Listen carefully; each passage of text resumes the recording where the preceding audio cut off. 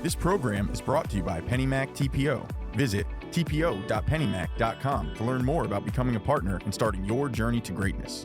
With the people, products, and technology to take you there, it's why they say at PennyMac, greatness lives here. Welcome to The Interest. I'm Mike Savino. It's another exciting day here on The Interest. Last week marked our 100th episode, and today we unveil our new set. It's part of an ongoing growth here on The Interest, and we're grateful all of you come to us to stay up to date on an ever-changing market. And speaking of an ever-changing market, we saw a huge rebound in the sales of new homes in August, with the number now nearly equal to last year. There were roughly 685,000 single-family units sold last month. That's up 29% from July, and that total is now just 0.1% below what we saw in August of 2021. Sales were up significantly in all four regions, led by a 67% increase in the Northeast. And that boost in sales is also getting builders going. The 461,000 new homes for sale at the end of August is up 23% from last year. But unfortunately, not everyone in the Northeast is able to close deals and cash in on this spike. Suffolk County, New York has shut down several government services after a data breach, and that includes computer services that handle real estate transactions. A criminal hacker group known as Black Cat has since claimed credit for the cyber attack. The breach happened on September 8th and caused people living in Suffolk County to become worried about their own personal data. That prompted city officials to hire multiple cybersecurity firms to figure out how to protect residents and employees and how to restore services. In the meantime, home purchase contracts are put into a queue while everyone waits for those services to come back online. Contracts submitted before the breach are able to continue through the process thanks to cooperation with underwriters. The owner of a New York title agency tells us that this is the third such breach in the country.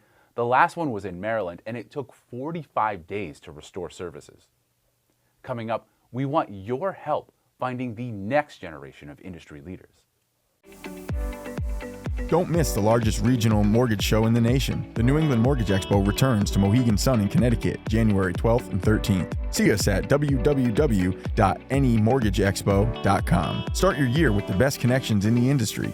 Dozens of sessions, scores of exhibitors. It's where success is written every hour. www.nemortgageexpo.com.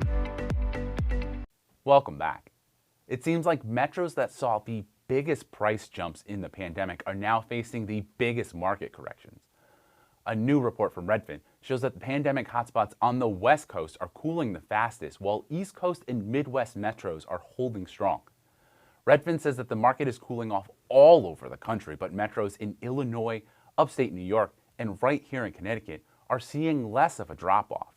That seems to be because in those areas, there are still enough consumers looking to get back into the market after being only moderately priced out this year, despite rates surging past 6%. That's compared with popular destinations along the Pacific coast, where surging prices force people out of the market, and those metros are seeing a more dramatic correction. For an example of a market holding strong, Chicago saw a 40% year-to-year dip in home sales in August, but that matches what we saw back in February. And the 23% of owners who dropped their price is actually 6 points lower than in August of 2021. The metro actually holding up the best, nearby Lake County, Illinois, but Chicago's also in the top 5. The rest of the top 5 include Albany, New York, Milwaukee, Wisconsin, and New Haven, Connecticut. But again, the market is cooling everywhere, and deals are still more likely to fall through, even in those metros. Finally, if you know a young professional who's making big contributions to the mortgage industry, then let us know. We're seeking submissions for our 40 under 40. Nominees must, of course, be 40 years or younger. Honorees will be selected based on their contributions to the mortgage industry and their impact. Only completed submissions will be considered, and the deadline to submit is October 14th. Just go to nmplink.com/40 under 40, and that's using the number 40. We'll be right back after a word from our sponsors. This program was brought to you by PennyMac TPO. Visit tpo.pennymac.com to learn more about becoming a partner and starting your journey to greatness. For more on these and all of today's top stories, go to mortgagenewsnetwork.com.